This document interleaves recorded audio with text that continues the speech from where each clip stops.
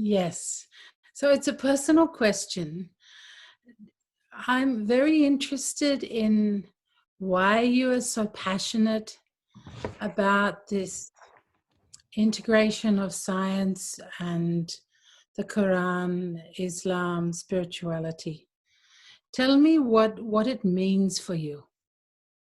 You see, it's not, in fact, as such science, but the scientific attitude. Because what I find in my community, right from my childhood, there is a lack of scientific attitude, reasoning, logic, objectivity. They don't ask questions, particularly in the realm of religion. And this is the main reason. You see, my passion should be proportionate to the situation of Muslims across the globe. Because all those nonsense which we find is because of the irrationality. So main reason to integrate Islam, Quran and science is to make them look the reason, the logic, and in fact, understand and practice Quran. Because whatever is happening around the globe, nothing is Islam perpetuated in the name of Islam. And when I say nothing is Islam, I mean it is not in the Quran. Because the final and ultimate book for the entire humanity, not for Muslims, is the Quran. Why I am using specifically humanity? Because never, nowhere in the Quran, it is said that this book is meant for Muslims only. Quran says this is for the entire humanity. The Prophet Muhammad was sent for the entire humanity. It was not for only Muslims. The only thing is that the system which the Quran gives, if you follow it, you are a Muslim. If you do not follow it, you are not Muslim. If you partly follow it, you are not fully Muslim. You are what we call a mushrik. This is a word used in Arabic, which means you partly follow God and partly follow other systems. So perhaps we will discuss this further when you come as we progress in the interview. My passion or the thing is that because I see that whatever is happening in the name of Islam is not Islam. Now, there are two options. I start asking people, don't do it, this is not Islam, this is not Islam. It will create a lot of controversies. People will oppose me. So the best and the positive attitude is that from where I have drawn all my guidance, I request them to revert to it. I request them that don't read Arabic. You see, if you read Quran in Arabic and you feel that it is a blessing, fine, go ahead. But in your language, you must read translation so that you know what is the message. So once they read the Quran and understand it, then automatically whatever changes have happened in me will happen in them and maybe much more. Depends on their reception and the perceptions. It varies from person to person. Just like if you have a smaller ball, you will have less water. If you have a bucket, more water. If you have a tub, more water. So it depends on your capacity, your willingness, and your desire to know and internalize and absorb. So this is the only solution. So, and it is least controversial. That's why nobody. I have been challenging the basics of practice Islam, but nobody is challenging it because I always quote the verses of Quran. I always make a PowerPoint presentation, show them the words and the translation in their language and show them that, look, this is it. Are we doing it? If not, then why? So this is the reason, in fact. Okay, got it. So tell us about, so the importance of nature and ecology and the environment in Islam. Tell us what your understanding is of this. Well, I would start with the first verse, which says that we created the earth for all living beings. Wal arda waza'a lil anam. This is a verse from Surah Rahman, and I can send the details and references to Srinivasan if it is needed, or exact references. So it says that God has created this planet for all living creatures. This is point number one. Second point, the Quran says that if you wish to count the bounties of God, you will not be able to count. Countless bounties in the form of resources has been gifted to all of us. Point number 3, it says that whatever resources are there on earth, they are for all of us. Huwa allazi khalaqa lakum ma fil ardi jami'a. Your God is one who has created, produced whatever is on earth for all of you. Now, how it is to be distributed amongst all of us, for that I come to another point. The Quran says, you know the word ayah, ayat, which means the sign or the verse, V-E-R-S-E verse. The ayat in Arabic is translated as the verse, V-E-R-S-E verse, but it is in fact also the pointer. Pointer means which points to something. Now, Quran says that the words of the Quran, they are also the ayah or the signs, and all the creations in the universe are the signs of God. They are also the ayah or the verses. So we have two verses. The verses in the form of words written in the form of Quran. They were communicated to the Prophet. And second set of verses are all the creations. The God says that all these creations are my ayah or verses or the pointers. Now, when all these creations around us are the signs of God, it means they reflect the creativity of God. See, that's the point. I will come back to it later on. Now, the fourth point in the Quran about the environment, nature, and resources put together is that it defines the position of man. It says that we have sent you as the vicegerent or the successor of this planet, the concept of the Khalifa. Now, a custodian or vicegerent or Khalifa, the purpose is to protect the environment, protect the resources. So we have plenty of resources. All these resources are meant for everybody. And here I will elaborate the point which I started by describing the two types of verses in the Quran. That the word of the Quran, the verse in the Quran which is written, it says that Huwa allazi khalaqa lakum ma fil ardi jami'a. Your God is one who has created for all of you whatever is in the earth. Now, we say that Quran is the word of God and nature is the work of God. Word and work are similar. Now, in nature, what we see, the Quran says that the resources are for all of you. In nature, we see that whatever resources are there, they move from one place to another by a law called the law of diffusion,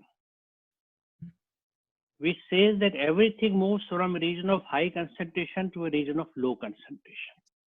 It means the movement of resources is as per need.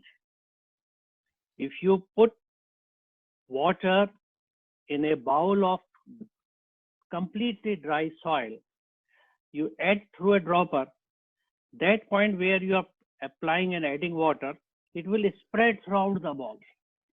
The entire clay will become wet till it is saturated, then the water will start accumulating on the top of the soil. Now, this diffusion tells us that how to share the resources. Wherever is the need, resource must rush. You see, the movement of air, which controls the climate and the temperature, is diffusion forces.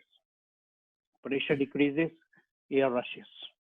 Yes. The exchange of gases in our body, in the lungs, the hemoglobin has a capacity to connect with carbon dioxide as well as with oxygen, depending upon the concentration. If more oxygen is there, hemoglobin picks up oxygen.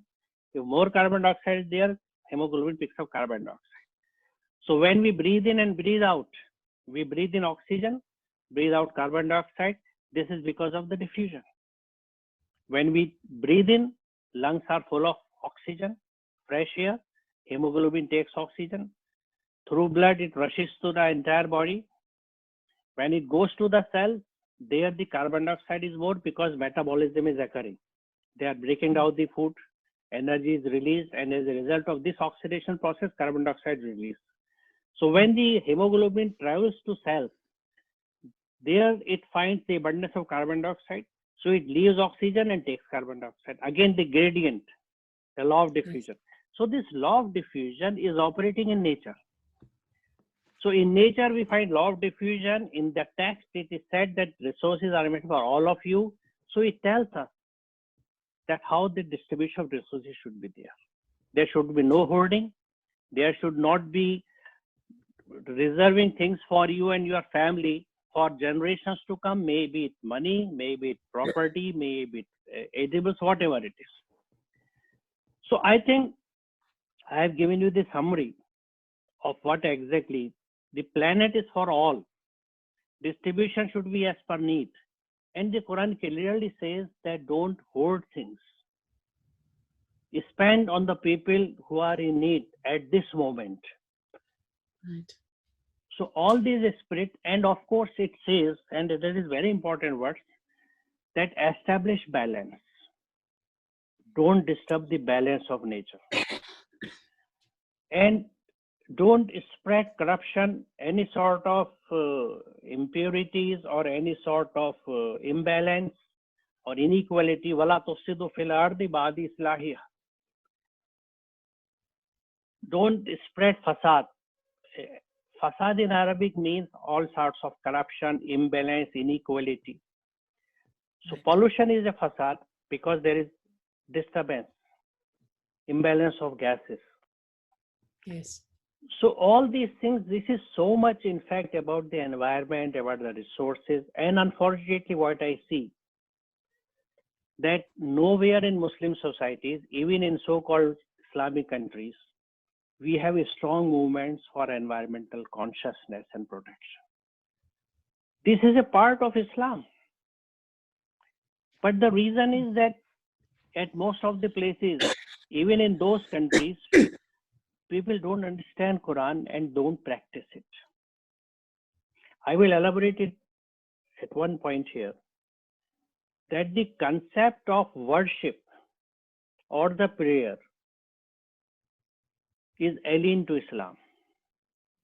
In Islam, the word used is ibadah, which in common parlance in Urdu is said ibadat.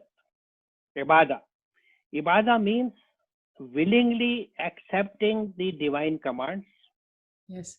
Or as a modest person like me says and prefers today, submission. Yes. Submission to the total divine commands. This is ibadah. It is not worship. It is not prayer. But ibadah in Arabic has always been translated throughout. I have seen number of translations in English. It is either worship or prayer. Same in Urdu. Same in Urdu. And these ibadah have been reduced to 5 times praying, 30 days fasting, once a year trip to Saudi Arabia called Hajj, and 2.5% charity called Zakat. So on our own, I call it cherry picking. We have picked 5 commands from the Quran and made them mandatory and forgot all other commands, including these commands about environment, about humanity, about service. So many things which make a person wonderful human being. A human-centric approach. It is missing because to a common ritualistic Muslim, the prayer and the worship is praying 5 times. Now, here in India, there is a call for the Asr prayer, Asr Salat. So a person who is considered to be very God-fearing, he will immediately go and perform the Asr prayer. It is fine, do it. But this prayer is not helping the poor lady next your neighbor who has nothing to feed to her kids, or so many people who need to be fed. They are hungry. They don't have food. Because, giving food to a person who is in need of it is a great ibadah according to Quran. But most of us do not know it. Because our clergy has reduced Islam to I would say, ridiculous point, which doesn't help anybody. Anyway, perhaps my answers are too long. I should be brief. No, it's good. We can always edit if necessary anyway, but it's good.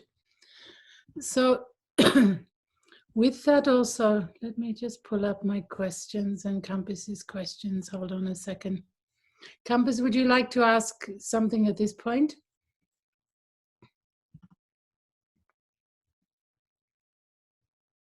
Brother, unmute yourself. Unmute yourself. Yeah. Dear brother, I'm so happy to see you. I see when we are connected through the heart, distance doesn't matter, isn't it? Elizabeth is in Australia. I'm in Ireland. Srini is in India.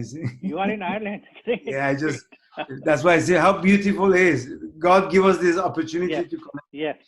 Thanks to Corona. Thanks to Corona. And actually, that should be one of the questions that you should then come. Why Corona? You see, I think that would be a good learning. But my simple question is, actually, I want to know your take of it. Why the color of Islam is green? When everybody talk about Islam, we have always a green flag or whatever. Being a Saudi, being in Pakistan, and being in India. Why the color green? I don't know the reason, but somehow it is described that green is a symbol for peace, productivity, tranquility. So that's the reason perhaps it has been picked. And it is very logical. Yes. Because maybe you may come to it when you talk about the peace. That the interesting thing is that there are two important words. One is Islam, another is Iman. Iman we usually translate as faith. Iman has the same root words as are for Aman or peace. So Iman has a component of Aman, that is peace. Islam with root words of SLM has a major component of peace. There are 8 meanings of SLM. Given in even Lane's lexicon describes it, is in English, anybody can see it, but otherwise all other dictionaries, whether it's Lisanul Arab or Raghib Asfahani, they describe the 8 different meanings of the root word SLM. And the word Islam, Muslim, Aslam, Salma, Salimahu, Sallama, Sallamu, they are used in the Quran with each specific meaning. That is, we see specifically 8 different meanings of these root words in the Quran as well as in the dictionaries. Now, 2 of these words are very important for us. One is meaning of the peace. Yes. And another is of, productivity and growth related again with the peace. So basically, when somebody says that I am a Muslim, it means that I am harbinger of peace. I am at peace with myself, and everybody should feel at peace with me. I will not offend anybody. No offense to anybody, verbal or physical. And unfortunately, this meaning of Islam people do not know. When they say that I accept and I say this Shahada, it means you must either grow a beard, go for circumcision, go to the mosque, say 5 times, read this Quran, this is how it should be read, and that's it. You should be in peace. And I will elaborate this Pice phenomena. You see how nature works, we all know. And how successful a natural system is proved that after industrial revolution, when we introduced chemical industries and tasted the fallouts in the form of pollution, air and water, everything, then it dawned on us that look, this green tree which is in our neighborhood is a huge industry. It is creating tons of glucose and all chemical, you name anything, dyes, food material, coloring substances, drugs, The industry inside a tree is creating and producing all these things, but without any pollution, without any heat, without any noise, and simultaneously giving so many byproducts to the entire humanity. So that's why now the shift is to biosynthesis. Biomodel of synthesis, we have, bacteria engineered to produce different substances in bioreactors. So it means we now know that the nature's model is perhaps a better model as compared to man-made models. Now in this model of nature, things are in a balance always. And whenever we teach science, particularly the chemistry where chemical equations are there, we always balance equation on either side. So many carbons here left, carbon right, how many? Oxygen, balancing is there, because that's why the chemical balance is important, equilibrium is important everywhere. Now, balance means justice. When you weigh something, in older days, you remember those old measuring systems with a needle in the middle, and you're just weighing it out with two pans, what we call as the pan balance. Even in the old physics lab, we had pan balances. So when the pointer is right in the center, it is balance, and it is justice to both the pans. So balance and justice are the same thing. If you do justice, there will be balance. And if there is a balance, there will be no chaos, because things are at peace. So in nature, peace is prevalent. That's my point. Because the divine laws are in operation, they are perfectly crafted by the Creator. And when we as human beings, we follow divine laws, we come in sync with nature. And when you are in sync with nature, you feel peace. Because the entire universe and you are tuned together. I call it swimming with the currents. Yes. You enjoy it. The moment you don't follow the natural laws, you start accumulating wealth or become a bad master or do anything, disrespect your relations, cruelty to your wife, to your kids, to your neighbors, to your workers. Now these things are against nature. You are uneasy, you are not at peace, you are disturbed, you are angry, you are frustrated, you are depressed, and you may commit a suicide. These are the stages and the sequences which starts from a position, a situation, internal situation, your mental situation when you are not comfortable.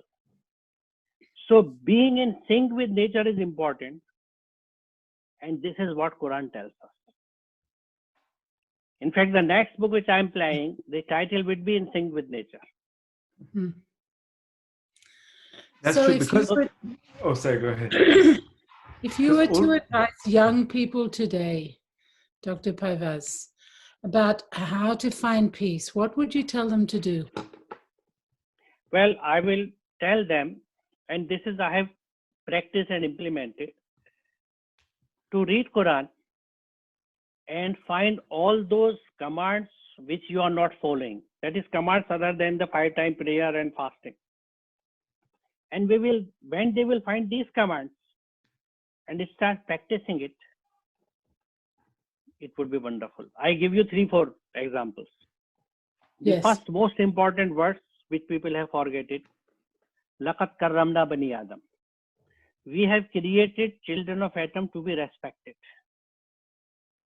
Now this is a divine order. If I say I'm a Muslim, I submit to God, then this is a command from God which is equal, just like praying 5 times. Because I ask in my lectures that who authorized you for this cherry picking? That certain divine commands you accept and declare them as mandatory, rest you forget. Now when you respect every human being, children of Adam, Bani Adam is children of Adam.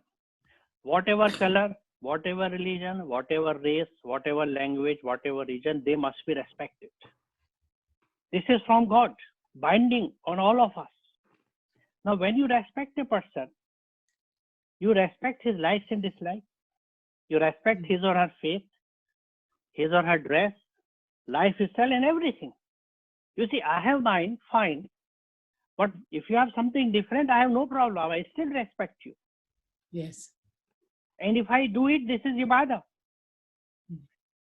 so-called worship. So if I'm a respectful person, 24/7, I am praying to God in using that ritualistic or typical wrong term of prayer or worship. This is worship. Because this is submission to divine. You see, submission to every command is ibadah. So laqad karramna, respect for everybody. Then it says, "Qulli ibadi yaqulu allati hiya ahsan." Tell my submitters, that is those who have submitted to me, that whenever you speak best of the speech. No foul language, no abusing, no taunts, no sarcasm, nothing. And this is an absolute order in Quran, no exceptions. That if somebody abuses you, your parents, your prophet, your God, nothing doing. You will have to be nice with the gentleman. And from this point of view, because this is a hot topic under discussion these days, as it has been always, that there are two specific verses in the Quran which say that if you are in a company of people who are just ridiculing the verses of Quran and the God, dissociate yourself till they change the topic, then join them back. Right. Even permanent disconnection is not advocated by God from the people who are ridiculing the verses of the Quran and God. It means the human connection is very important, because Quran says that we have created all of you from one man and one woman. Yes. So it means irrespective of region, religion, color, race, language, we all are brothers and sisters. So there is no specific Islamic brotherhood. If it is there, it is secondary in the classification. The primary classification which Quran declares, we have created all of you from one man and woman. So all human beings are brothers and sisters together.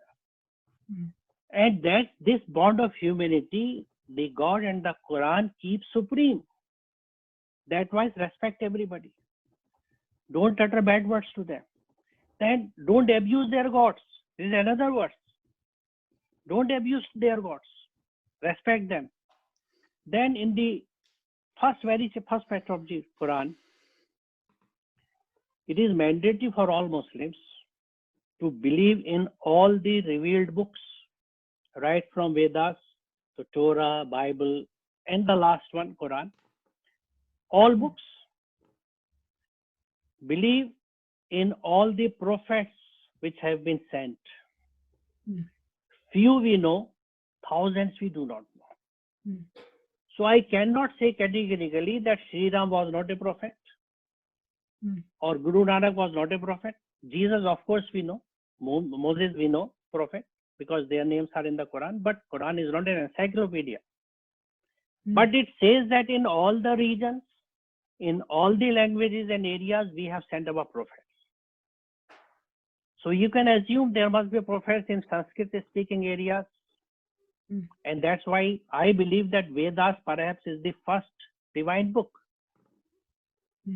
which the Quran says, Suhufil Ula, the first scripture. Ula means first. So Suhuf Ibrahim wa Musa, the books of Musa and the Ibrahim, and the first revealed book. So first revealed book seems to be Vedas. Yes. And those scholars who have a mastery over Arabic and Sanskrit, they have made comparative translations. And many of the slokas of Vedas exactly tally the verses of Quran. Yes. So, these are the things, these are the wonders of Quran, which are yet to be discovered and made public, and they need to be practiced, because preaching doesn't help. If I preach, people respect everybody, and I don't respect my maid or even my wife, then it doesn't help. Also, I want to go back to what you were saying about Islam, Iman. But there's one part which I think we should ask is ihsan. See, the Quran talk about ihsan, which means doing the beautiful. And what is the doing the beautiful? Anything which come from the heart. I think emphasis on the qalb and ihsan, it is a major part of the teaching, isn't it? You can elaborate on that? Yes. I was mentioning in the context that Iman and Islam, both in their root words, have the component of peace. That Yes, was one correct, aspect. correct. Yes, yes. Now I believe, and if I have one lecture which I had devoted, and it is a small clip also, do good, and it is in English also, I can share it with you. One is in English also. You see, this is an important message from Quran, Wahsinu. Inna Allah yuhibbul muhsinin. Do good to others. The God loves those who do good to others. So I always say that who won't like that God loves him? This is a unbelievable situation. We love God, but here is an offer where the God says, I will love you. Correct. Just be good to others. Do good to others. Be good, do good. Verbal, through material, and through your body. Money, work, and word. Do good to others. So ihsan is a central plank, I believe. Because if you are a Muslim, it is impossible you will not be doing good to others. Because you see, unfortunately, I hesitate to say Muslim, because when I say Muslim, it means a particular tribe with a particular name, with a particular appearance. So for example, people will not say Elizabeth is a Muslim. I will say, I don't know. She appears to be a Muslim. Srinivasan appears to be a Muslim. Because they are kind, gentle people, they are going to others, they have not harmed anybody. So how can I say they are not Muslim? Because Muslim is not by name, not by birth. I have said it a couple of years back, and it was a lot of you and cry. There was a fatwa against me. I said born Muslims are no Muslims. You have to become a Muslim by practicing the divine orders. A child born in a doctor's family doesn't become a doctor unless until he qualifies and passes the examination, gets the right kind of training. So unless until you get the right kind of training, you learn Quran, put it to practice, then you become Muslim. And there is a verse in the Quran which says, Ya ayyuhallazina amanu udkhulu fis silma kafa. Those of you who have declared faith, come under the process of peace. You come in totality under the system of peace. Because this is a gradual process. You have to change yourself. You have to change the work you speak, the way you speak, the way you work, the way you behave with people. Then you induce these things. I will not say preach. Induce these things in your families and neighborhood, because goodness outflows. Just like light, just like Noor. When you light a bulb, the light spreads everywhere. So when you are enlightened, your light will spread. And when it spreads, people will take it. This is the preaching. It's not by lectures or seminars or symposia. No, you have to do. And Prophet did it. All prophets, all great men we admired in history, right from Sri Ram to Prophet Muhammad, and maybe later on many people. Because we believe prophethood is not there, but still we have good people who have communication with God.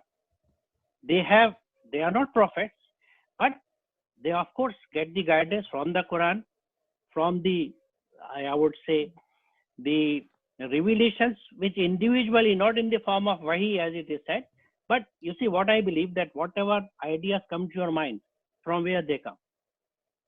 There is a connection with God. The more you are connected, more you get.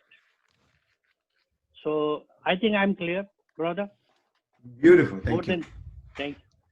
Yeah. So Dr. Pervez, tell me, you spoke about the need for us to change. How to help people to change? Because everybody knows it's good to change, but it's often very difficult for people to change, especially their worst habits. So how do you advise people to change? If you are feeling a desire and need to change yourself first. Change yourself first. And then let the change flow. Because this is what I am doing now, I would say safely for more than 25 years. And the change I am asking is that read Quran translation in your language, practice it, and please don't do those things which it prohibits. Stop it. And do those things which it advocates, which asks you to do it. So I have in my own life have see a lot of changes. When I started on this course, I was abused, heckled, not beaten, and not murdered. But every other thing happened. People refused to listen to me. They branded me. Now these same people, the same typical ritualistic clergy, they invite me as a keynote speaker to speak on topics because I never confronted them. I respected them. Because in Muslim community, particularly in the educated Muslims, the brother Ravan might have experienced it. There is something very common which is called mullah bashing. You always abuse Maulvi and mullah, oh, these people, they do this. What do you get by it? This act is against Quran. You have to respect everybody. I just said it. So don't disrespect anybody. So I have respected them. I have given them a space. So now they give me a space. They respect me. And this is to my advantage because I have been able to motivate them. You will be surprised. These typical clergy classes, I motivated them to pass fatwas about environmental pollution, atmospheric pollution, water pollution. They invited me in their annual sessions where everybody was bearded with a skull cap and kurta pajama other than me with a jeans and t-shirt and no beard.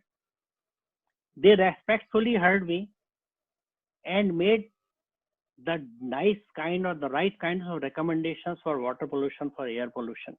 Why? Because I never confronted it, respected them. They have watched me for more than 20-25 years.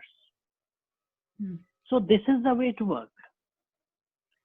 You know, I don't believe in otherness. We have a problem. We all are facing it. Let's do something.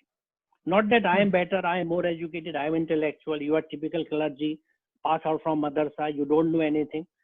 What do I get it by it? I am earning a sin because this is against Quran. My God will not be happy with me because I am starting something by doing something which is against the divine guidance. So this is my approach and that's the way it can be done because I see changes in my life. As I said, there is Islamic Jurisprudence Academy called Islamic Fiqh Academy here in India. They held a session and they wanted to discuss the gelatin. Couple of years back, it was a hot topic in India also that gelatin is haram. It should not be used in ice creams and all those things where it is used. I said, what will happen to the medicines? The capsules are made of gelatin. So how can you do it? So they asked me, and I tell you, I made a PowerPoint presentation, the chemistry of gelatin formation.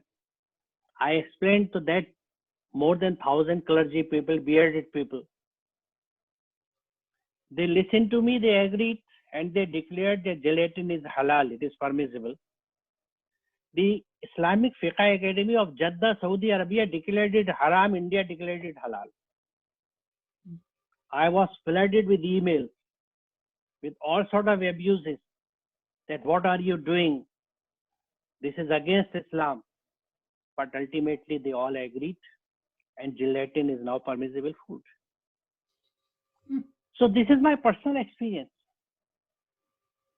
You have to work together with people.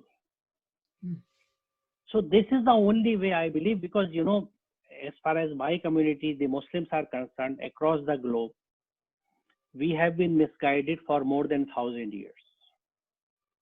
So it will take time. It's a logical thing. You see, generations have been spoiled and the things have been passed on from generation to generation. So naturally it will take time, but it will be facilitated by this period, in this particular time period, because here the development is fast. People are sharper.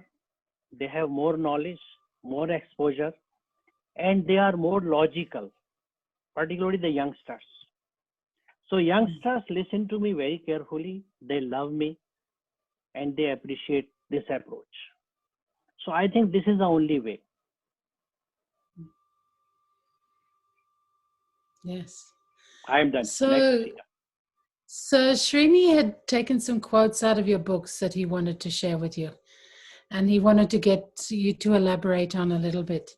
Srini, do you Sure. want to read some of them? Sure. Okay, so thank you, Elizabeth.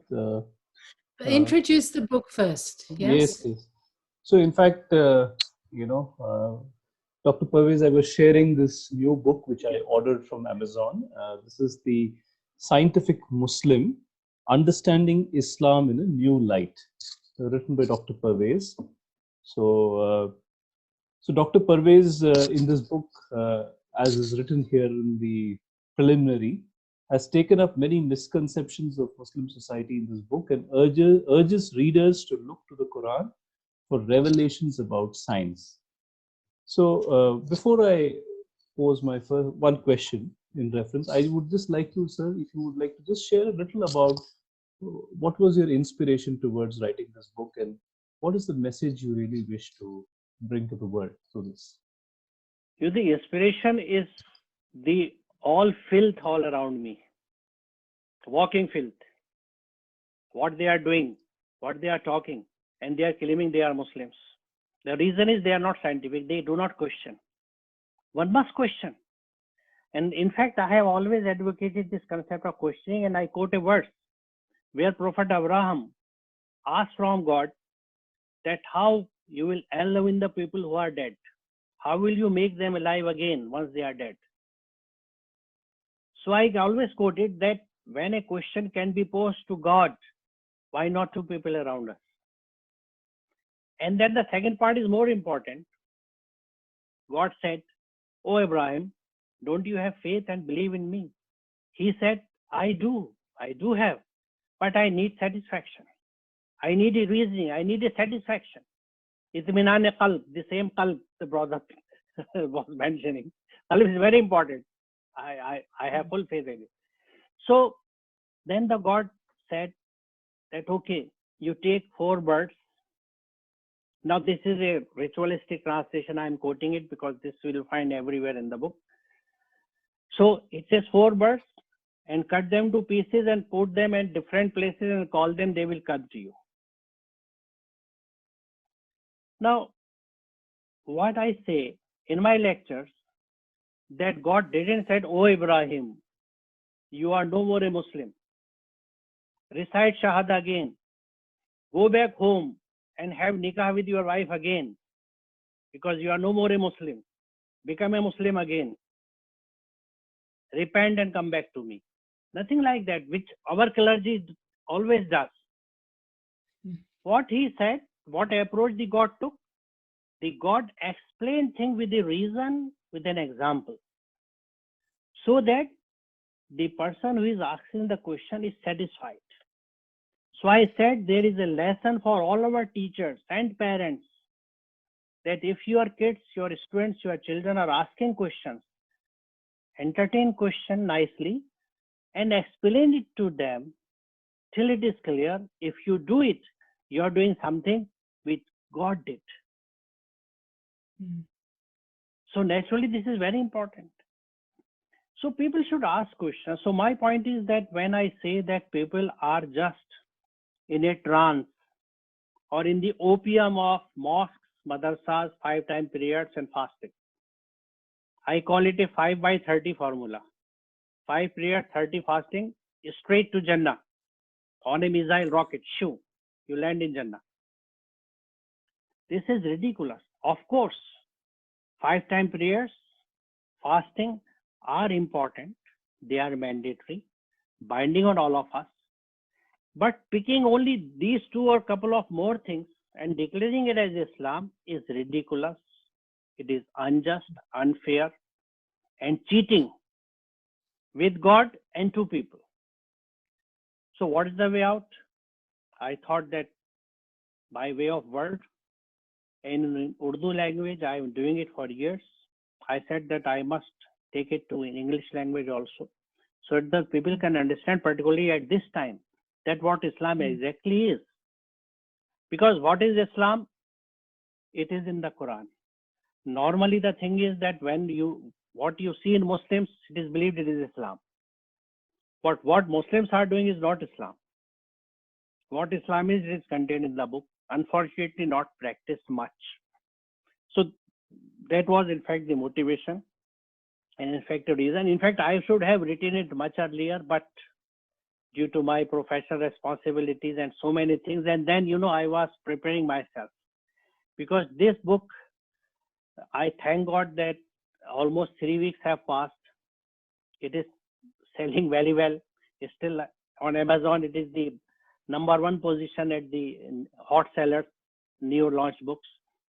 But nobody has challenged, or there is no controversy. And the reason is, only thing is that whatever I say it with reference to Quran. I always cite a verse. So when you challenge me, you will challenge Quran, which nobody will. So that way they have no option but to listen to Quran. Not to me, I am nobody. Listen to Quran. You have neglected it. Return to Quran, be a good human being, so that you can serve humanity, you can serve this planet. It needs you. That's the purpose. So there are two aspects. Of course, the concept of imbalance you already spoke about. So I originally thought of asking you around that. But going deeper into the scientific side of this book, I was saying there are two areas which you have very beautifully written about. Maybe you should share with us the gist of that. One is you spoke about genetic engineering, where you talk about one part of your book says that cell is a masterpiece of God's creative power. And you talk about how altering DNA and chromosomes and altering the properties of living beings is something very contrary to nature's laws. So that is one aspect. And you've also referred about a chapter on the biotechnology aspect from an Islamic perspective. Would you like to share a little more about these two concepts? I would be happy, because Yes. I'm passionate about it. You see, way back in 1996, there was a seminar in School of Divinity, Harvard University. In fact, there is a series of seminars that Islam and ecology, Hinduism and ecology, Christianity and ecology, Judaism and ecology. So in the Islam and ecology, they invited me to make a presentation. And there I discussed the techniques and the process of genetic engineering, and the concept of mizan, or balance, given in the Quran and what we find in nature. The same thing appeared in the form of a book by Harvard University Press, Islam and Ecology, and the chapter is there. Scientific Innovations and Al-Mizan. Al-Mizan means balance. That is very much there. There I advocated and said that whenever it is our experience of human civilization that wherever we introduce imbalance, we got the fallout. The imbalance in the gases in the atmosphere, we have pollution. Imbalance in the components of water, we have polluted water.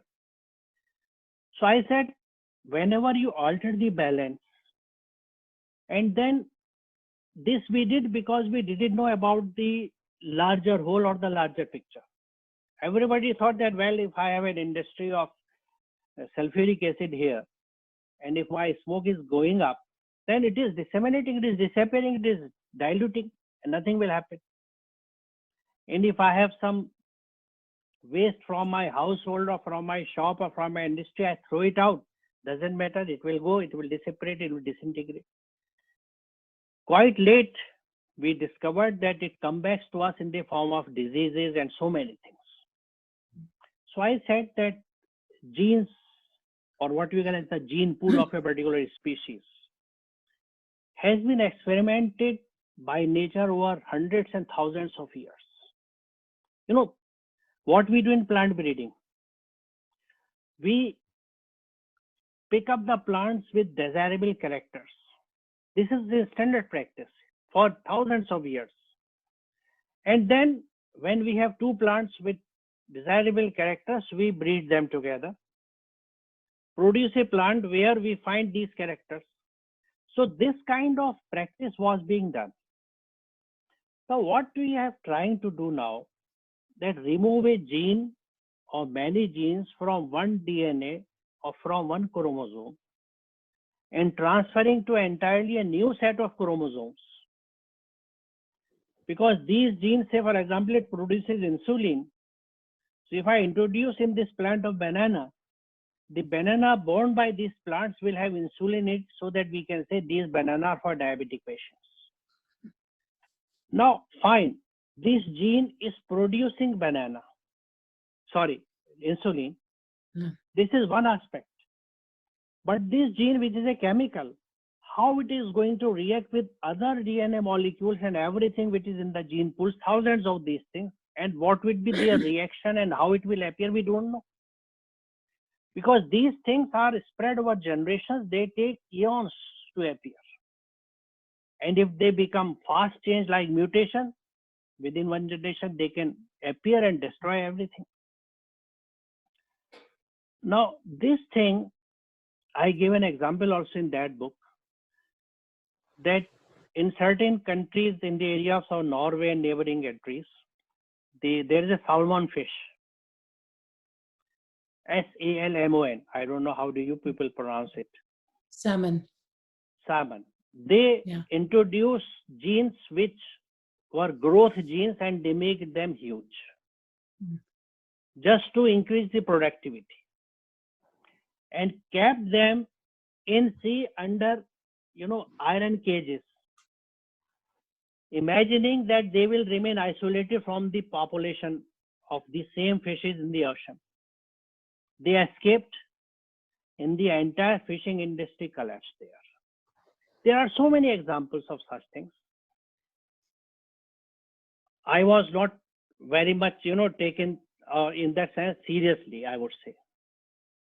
But I felt happy that last year, Professor M.S. Swaminathan, the father of the Indian agriculture in India, he wrote a paper in Nature where exactly he has said the same thing.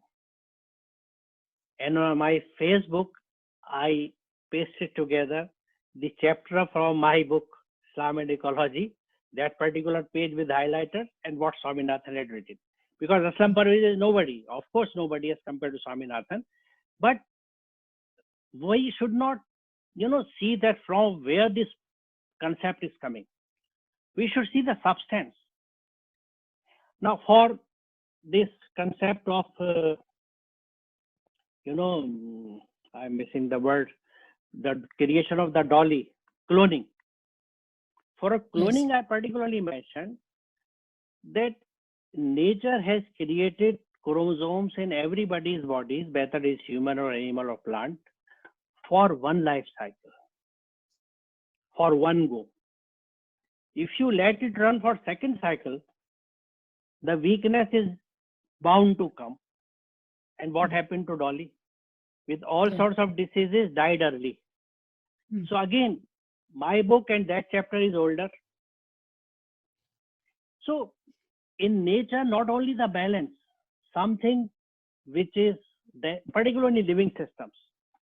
You see, we are happy to recycle things, and I don't think nobody other than Indians recycle things. When something breaks, we use it somewhere else. All those metals and scraps, they can survive multiple cycles, but in biological world, things are very delicate. So you cannot clone things. This is one aspect. Then human cloning, I have always mentioned that is a scientific fact that expression of gene is controlled by environment.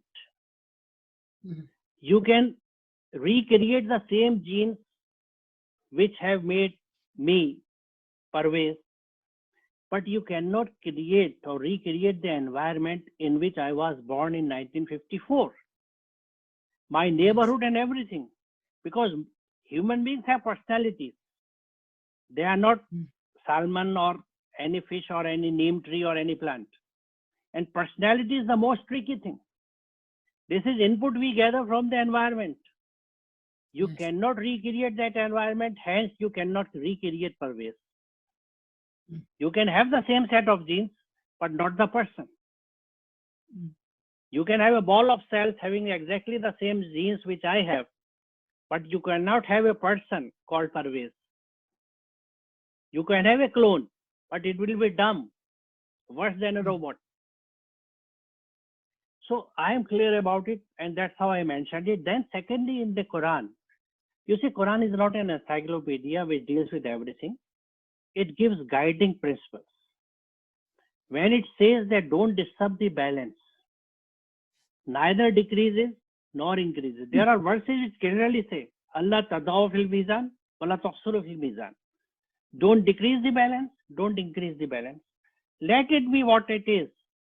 Why? Because you do not know the bigger picture. The creator knows the bigger picture. A small chip in a complicated system doesn't know how its signals are deciphered by so many chips and machines and circuits. And if it on its own it changes itself, that well I can withstand it. It can withstand it, but how different signals will be received and what will happen to the entire system and the big machine, it will collapse. Or it may collapse. Or may react the way we never wanted it. That is the danger with AI we have still, the artificial intelligence. So maybe perhaps the novels and the sci-fi movies will come true, God forbid. And AI may conquer human beings and Homo sapiens may be wiped out. Never know. So those possibilities are there. So I still say, to sum it up, biotechnology is nothing new. Fermentation is biotechnology. Yes. We have been doing it for thousands of years. Do it, but don't disturb the genetic balance of an organism.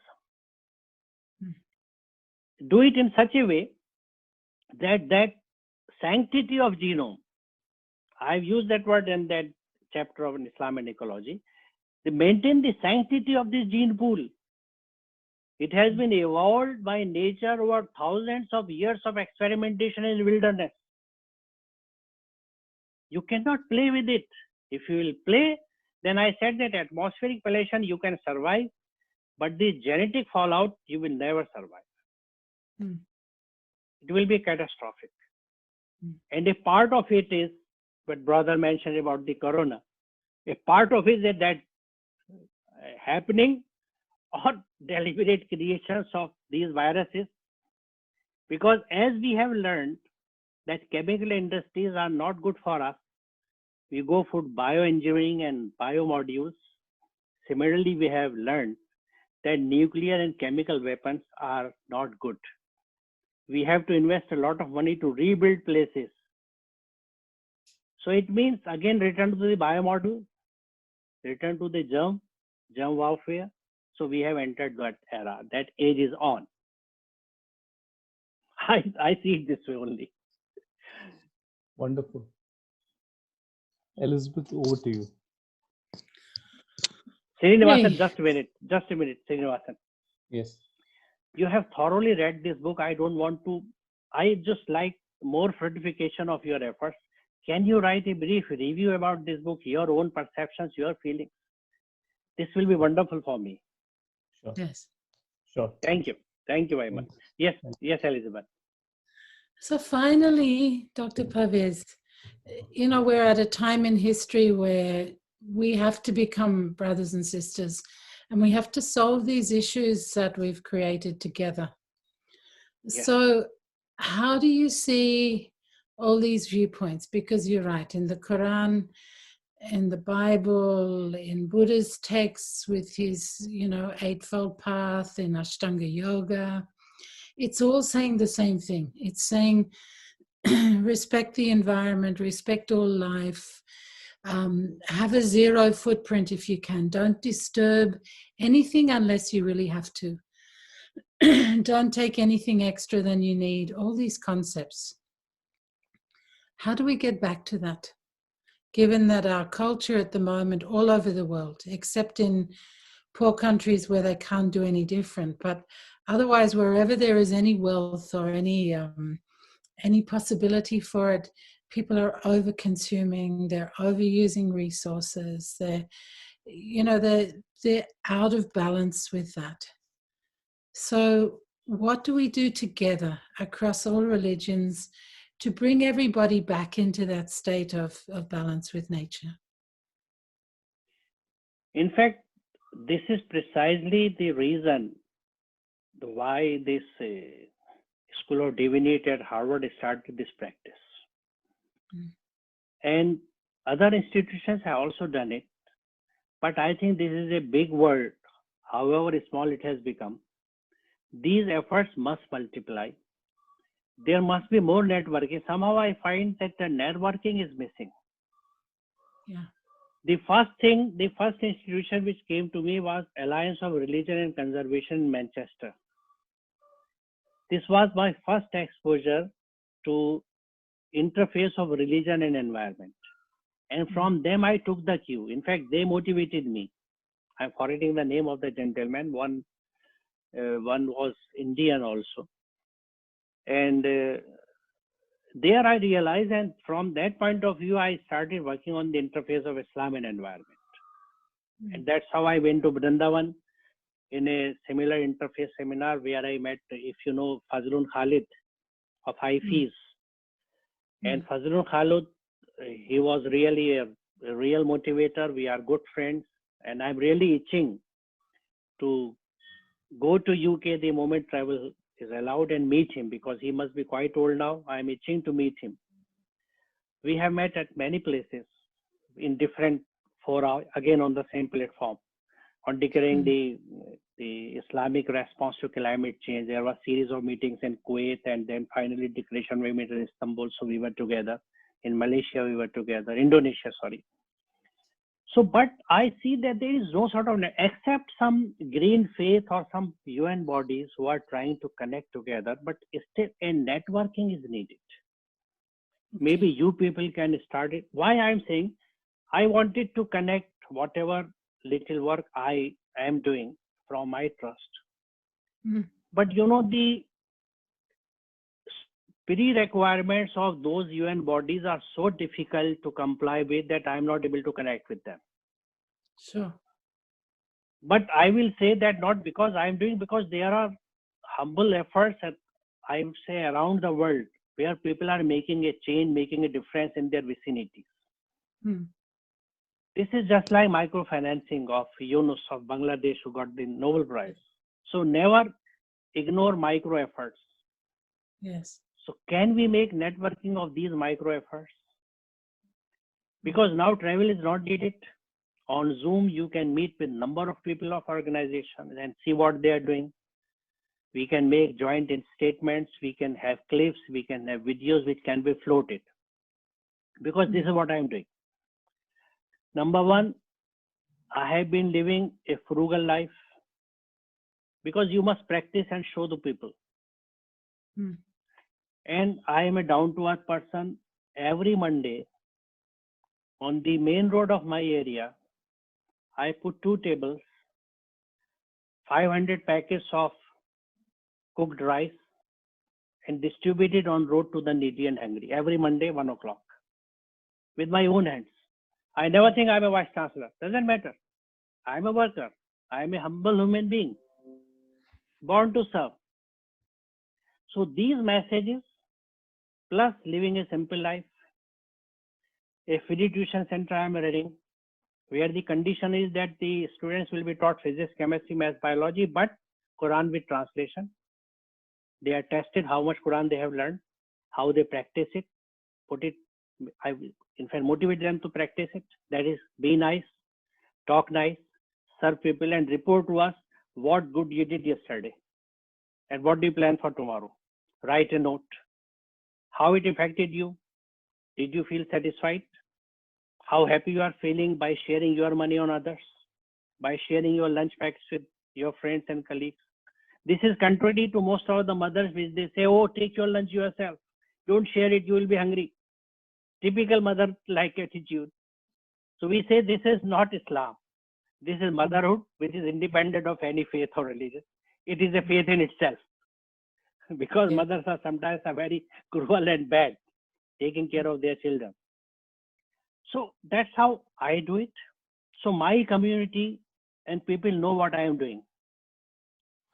So I have an example where people can say, and in fact, I tell you, just to emphasize my point, I sold out my house and shifted to a small flat where I am here now, and use that money to construct, buy and build that center where we are running these classes.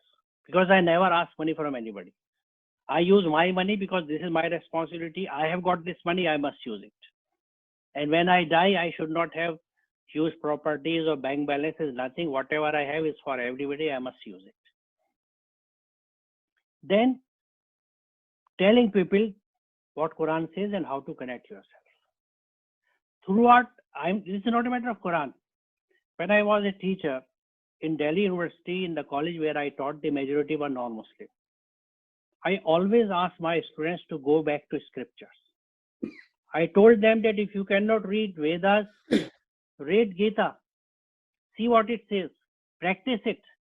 I always used to say that when you are celebrating the birthday of Prophet Ram, do you know what character was he? What he did? What was the message? So don't celebrate occasions. Celebrate the message. Remember the message, not the personalities. Personalities are not that important than the message is. So I still say, the prophet is not as important as the message, the divine book. So I practice it, and the basic message is the return to scriptures, whether it is Torah or Bible or Ved or Gita or Quran. Forget clergy. Don't take what your parents and clergy passes on to you. Check yourself. Be a good human being and practice these things. But these efforts need to be multiplied. For that, I believe networking is important. Then we should prepare our B and C lines. I am preparing my B team. I am going to expand it further so that when I die, there are people who are taking care of these things in the same way. To me, this is the only practical solution. You can write books, you can have lectures. My lectures, they are on the YouTube. There is a channel. I have been messaging people. I have been talking to them. I am meeting them. I am having them Zoom meetings. And practically, I am demonstrating that I am working for the welfare of the humanity. So I think we all should and can follow this model only. Yes. Ground level work, micro work is needed. You see, macro work is, say for example, when I was in touch with Greenfield people, they said we have centers in India, in Delhi also. I never heard it, never saw its activities. So must reach ground people, connect with the ground people. Statistics you can have. I have an international organization with so many centers, so many followers. On my Instagram, on Facebook, so many followers are there. What is the result? Could you make a change in your community or in your neighborhood? If no, then you are a failure. Yes. Then you are just getting funds from funding agencies, nothing else. And you know, NGO is a big business these days, unfortunately. Yes. Yeah, no, it makes perfect sense. So I'm done. What about you, Campus and Trini? Any more questions? Unmute myself. I was also, first of all, I personally, as a human being, as a Muslim, appreciate to see this genuine soul that you are from the time I met you, and that's why Thank you. Thank you. ask Srini anytime he's in touch with you to kindly involve me to learn. And also, I remember, dear brother, that once when we met, we also spoke about Urdu language, because we have a lot of scripture, a lot of letters, a lot of writings that our Murshid was talking about, akhlaq, about iman, about all tawheed, which, as you said, we are all Muslim, general terms. And I know you're very busy. Would you have time also to look at them whenever it's convenient to you? Maybe one day Elizabeth can share with you a lot of writings in Urdu to be translated, or vice versa. Sir, I basically have been serving Urdu, writing in Urdu, because Urdu is the language by which I can reach the madrasas. Yes. I have made a dent with clergy and madrasas because of, thank God, my good Urdu, which I had being born in Delhi. Correct. Because Delhi of my childhood had fantastic Urdu and Urdu speaking people. So these clergy, they come in sync with me immediately when I speak to them. They said, how you learned our language? This is what they say. So coming, connecting with language is very important. So I have, Yes. you see, I have been, and the Urdu magazine I am, publishing. It is Urdu Science Monthly. Yes, yes. I It's remember. a monthly magazine covering environment of popular science, and you will be happy to know that this is the 27th year of that magazine. Mashallah, mashallah. It is a history. And from my own pocket, from my own efforts, no office, it comes from this house only. Nothing. 27 years. And we have records, and now we have it on the website also. urduscience.org. Simple. You can see, you can visit it, Urdu Science, one word, Yes. .org. So I have been, in fact, for this subcontinent, we must, that's how I feel, we must have to communicate in Urdu. That's why most of my, not most, but a substantial part of my followers are from Bangladesh and Pakistan, and maybe, of course, from USA, UK also know Urdu, New Zealand, far away. So because my Facebook groups and WhatsApp groups, we have people from different areas and countries. Correct. So I have been sharing my clips with them. My WhatsApp group has, I would say, around 700 people with me who are regularly receiving clips from me, communicating with me, and we are almost on the same line. So this is, I have been doing it, and of course, Okay. I am happy to do it anytime, anywhere. Thank you. Thank you. I just wanted to have I your am bilingual. I can work in Urdu. I can work in English. And I have been working in both these. beautiful. Thank you. Super. Thank you. Thank you. Srini, Sri- anything to add? No, Elizabeth, I think, Dr. Parvez, really thanks a lot. I think this has been a great learning experience. My for me, pleasure. It's and I our think- pleasure, sir. It's Yes, so yes. lovely to connect with you again. Yeah, certainly. I still have that photograph we had together sitting on the round table at Kolkata Conference. Good. Yes, super. It's on my I YouTube also have it. Yeah, because my that lecture is also there on have the it. YouTube. Yes. So I those think, are the Elizabeth, good you should memories. you should use this picture for the magazine. Yeah. No, it was a very special moment. Very Yes, special certainly, meeting. But again, Thank you. it didn't continue. No. We are totally disconnected with those people. This is unfortunate because somehow if you have, if you find the right kind of people, you should remain connected. But Yes. somehow it seems that sometimes things are happened or they happen because they have to do it. We have a system Yes. here called CSR. CSR is corporate Yes. social responsibility. Yes. So you have Yes. to spend some money for something, you spend it, then over to the next page. Yes. That way the money and time is wasted if you do not make connections, if you remain connected. That way I believe that these four people sitting together are doing much important and nobler work than that Yes. crowd, because we are connecting again and hope to Yes. remain connected. So this is what is Definitely we needed. will remain connected. So I will strongly suggest all three of you, you are a nucleus in your own, that try to do something of interconnecting people. Yes. Minimum we can do that, we can form a small, maybe WhatsApp group or something where we can meet, or maybe using Zoom meeting every month or 2 months or 3 months, just to say what we have been doing, and Yes. involve more people who are Yes. working on these lines when you That's be correct. in touch, because your organization is a big organization. Hmm. If you find such We'll do people, it, sir. yes, it is very important. It's very important. Then we can send Very good idea. messages. Yes. It will have an impact when it is uploaded on YouTube or sent as a group on the WhatsApp. It matters and it will have an effect. Yes. That is Thank you true. very much. Thank you, sir. Thank everything. you, sir. Thank you. So Thank good you. to see you. Srini, have a good day. I'll send you Yes. the transcript You when will. it's done also. Thank you very much. Thank you. Nice of you. And Good night. Elizabeth, would you like Sir to send you any photograph?